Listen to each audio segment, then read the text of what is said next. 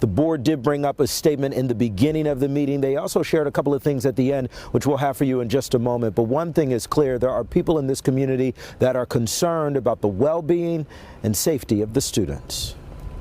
Our job as educators is to protect kids first and take care of kids first. Tonight, residents are letting their voices be heard after an incident concerning the district's athletics department. I was so upset by it that I had to walk away. The school district says they received a tip back in 2024 regarding an incident that took place while the boys lacrosse team was on a trip in Ohio. However, the district says their investigation into the tip turned up no findings of sexual abuse, but resident and former educator of over 40 years, Marion Ponce, says she wants to know more about how and when this was reported to the district. I'm here to hear information. The lack of transparency with all of this right now makes me so nervous. How can we trust that the school board, who has to make sure that everyone does the job they're supposed to do, how can we trust sending kids to these schools, right? And these are great schools,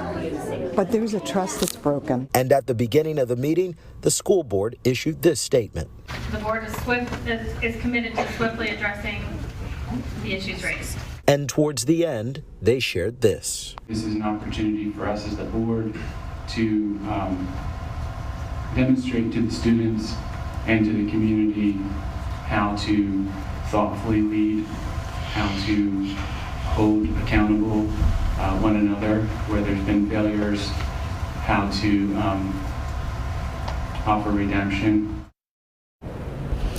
Now, we were in and out of that meeting putting together this story, but a couple of other board members did share their sentiments, and I will tell you, they were not happy. One of those board members said, "I'm deeply disturbed and angry," with another saying that they have a long list of questions that have not been answered. They say that they want to know why the board wasn't informed when this incident happened, and if the board would have ever been informed if this story did not come out. They also talked about bringing in a third party to be able to continue this investigation, but all of them are very clear that they don't want to leave any stone unturned when it comes to getting answers in this case.